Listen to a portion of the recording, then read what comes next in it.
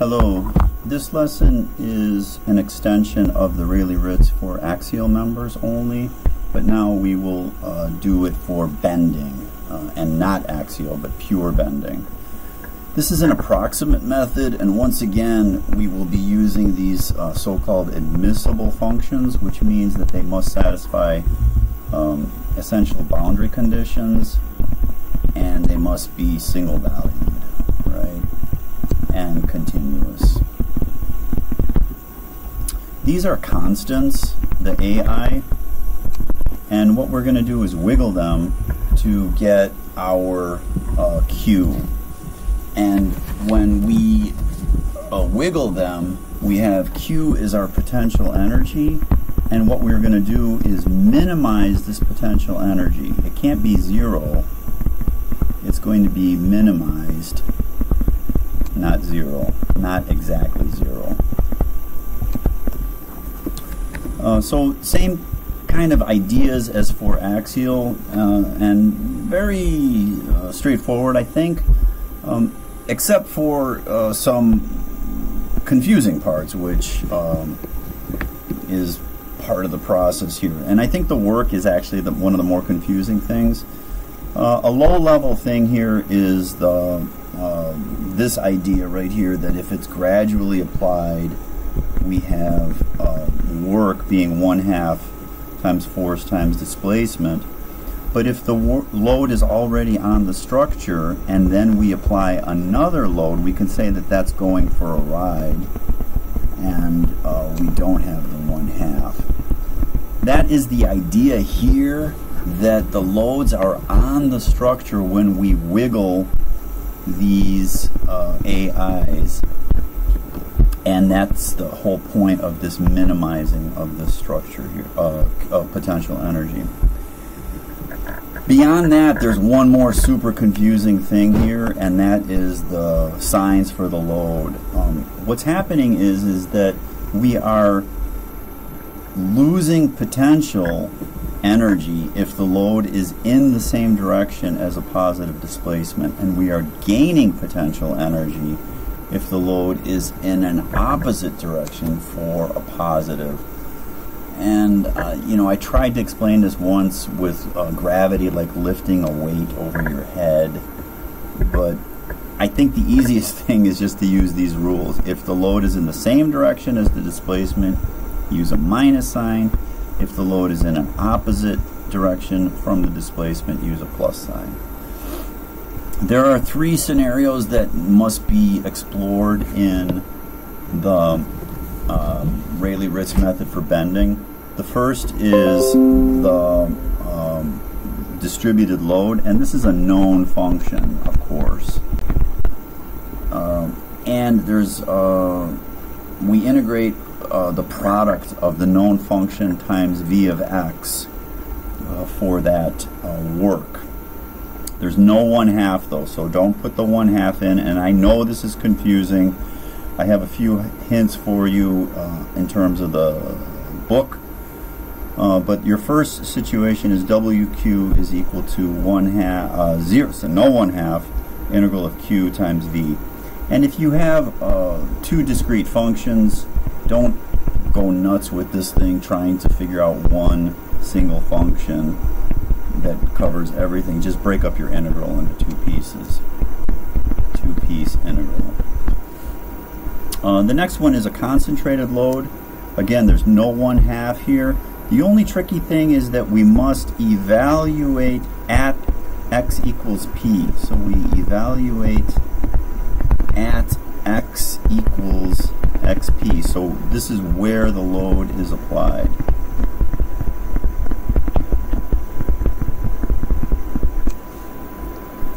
So here's a little bit of a hint here. Page 469, equation 6.12-2. You can take a look at the book there.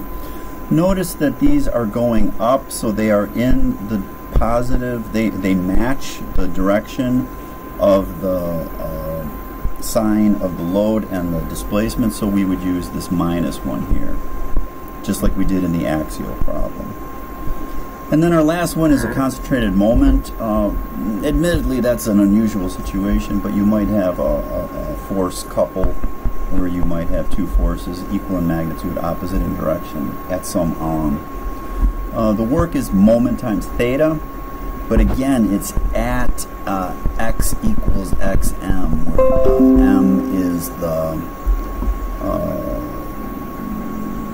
moment, where x is the x where the moment is applied.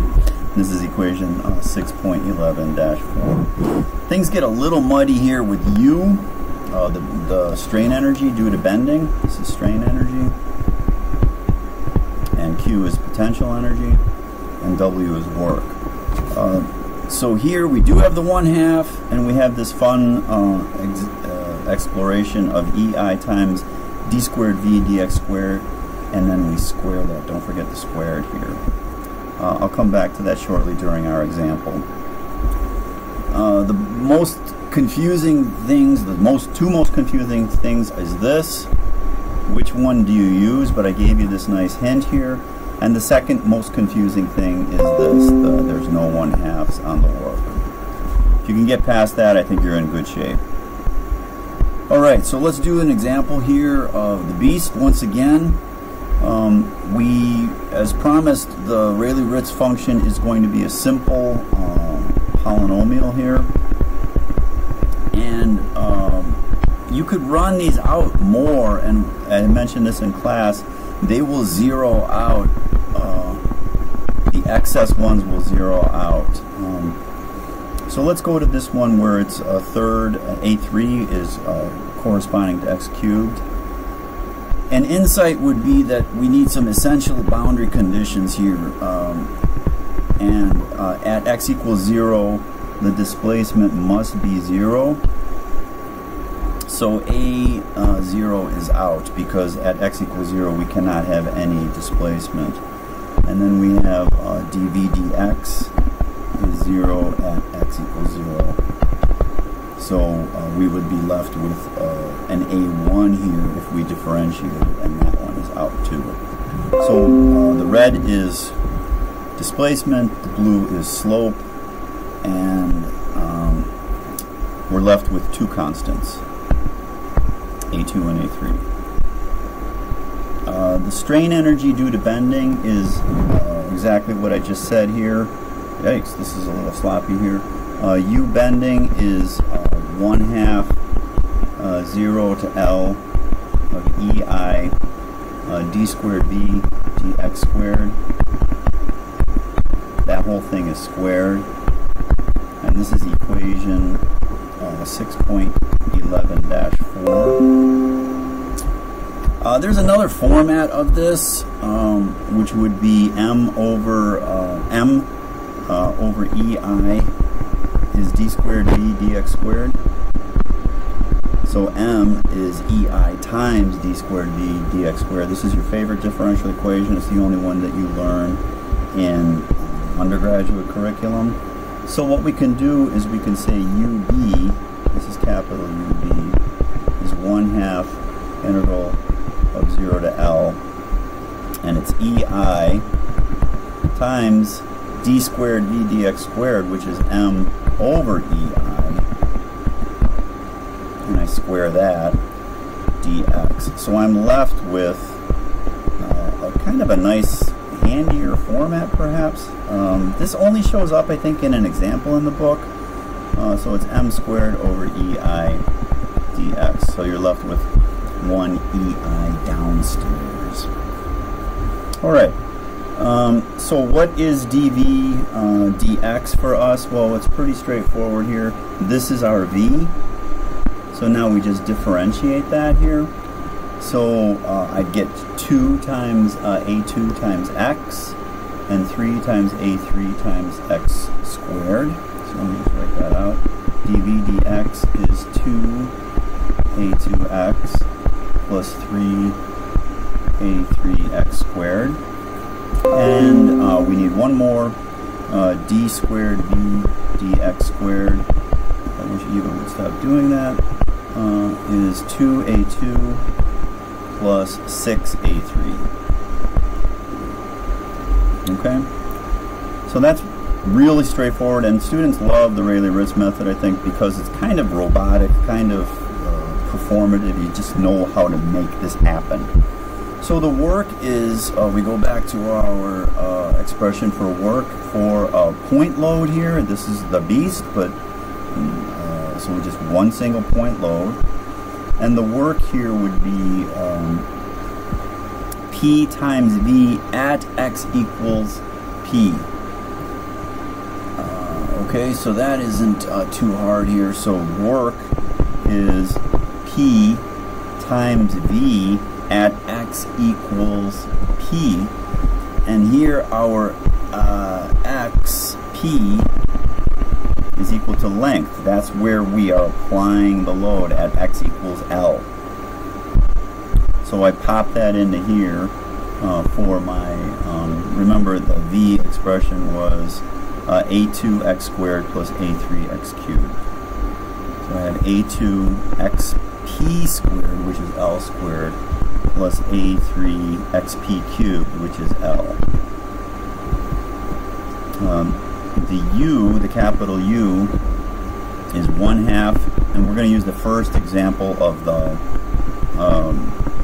U, where it's d squared v dx squared. Sometimes it's easier to use the second one, the m over ei that I showed you there. And we square that. And I already know what this is, so I just pop that in here. This is d squared v. So this is UB, sorry. So UB is equal to, and the integrals are all straightforward here. Even in an exam situation, is really not hard. It's 2a2 plus 6a3 times 2a2 plus 6a3 dx. And just expand that, and I get, here we go, U, and I wrote it out here. U is EIL times 2a squared plus 6a2a3L plus 6a3 squared L squared. So easy peasy there, you don't need a robot. So now the question is, Q, is it U plus W or is it U minus W? And you go back to my major hint here, which I think is a lot easier than just thinking about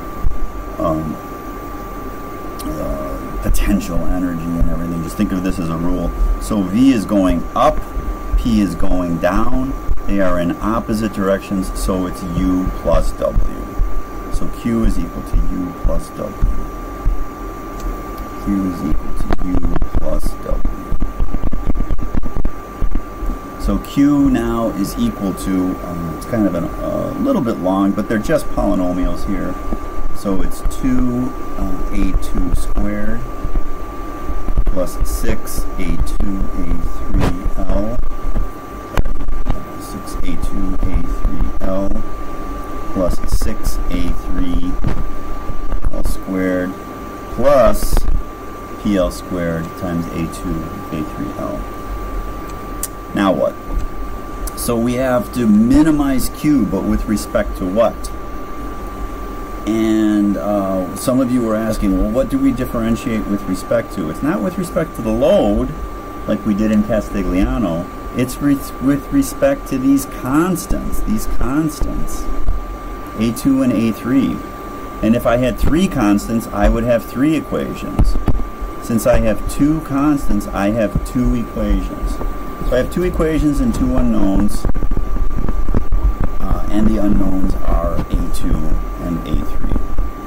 And again, like I said, most students really like this because it's very performative. You could just perform the steps one after another.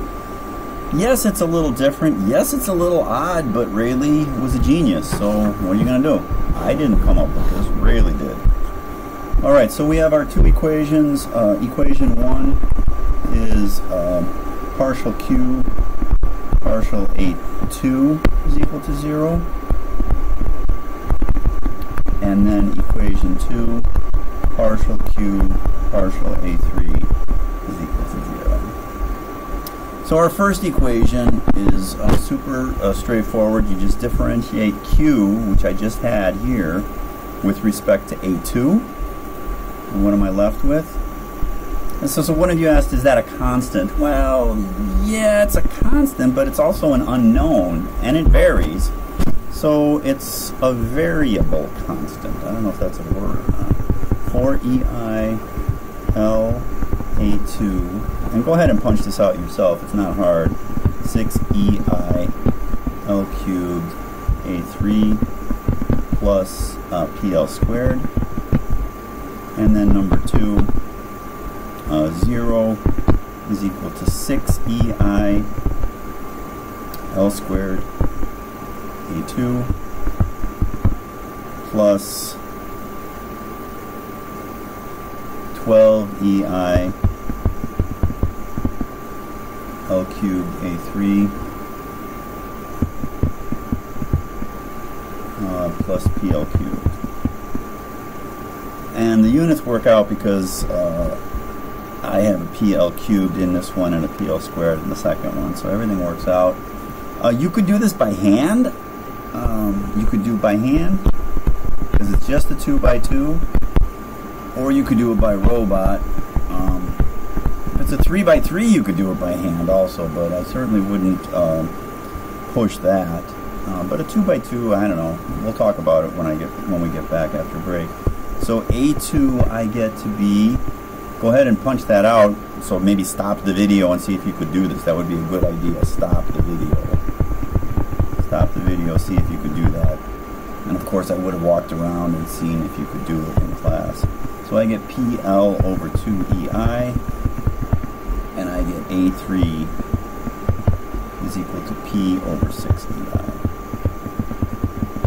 And there's not too much drama here because I gave the barn away by showing you A2 and A3 here. So not too much drama. Alright, and now the question is, how does this compare to theory? So what is the theoretical expression for V at any x? What is the displacement? And you could ask Siri if you don't know, or you could look it up, and it agrees exactly. So it's kind of shocking that that actually works. It matches theory perfectly. What that means is a little deeper than I hinted at here. What that means is if I would have added more terms in here, these guys would have zeroed out. They would have all been zeroed out because you can't get better than exact on the theory. Okay? So that's what I wanted to do in class. Was unable to do it, so here it is. And here's your homework. Very similar kind of problem. Only what you're going to get is some answers and sorry, I think I said A2 and A3. Shoot, A2 and A3, because I think A0 and A1 are going to be 0. So I'll change that. I'll check that. And then punch it all through, and then find out how this bends. And what I want you to do is find out how is it at x equals L, and how is it over here. And I'd like you to compare that to the theory. You know what the theoretical expression for this. Is it good? Is it bad? And give it a letter grade. So what I mean, like, are you at 93% of theory, or 90% of theory, or 80% of theory? How close are you? And get a letter grade, or just compare what you found to that. And what you'll find, I think, is that it's good in one spot and not so good, or maybe less good in another spot. All right, that's it. Thank you very much.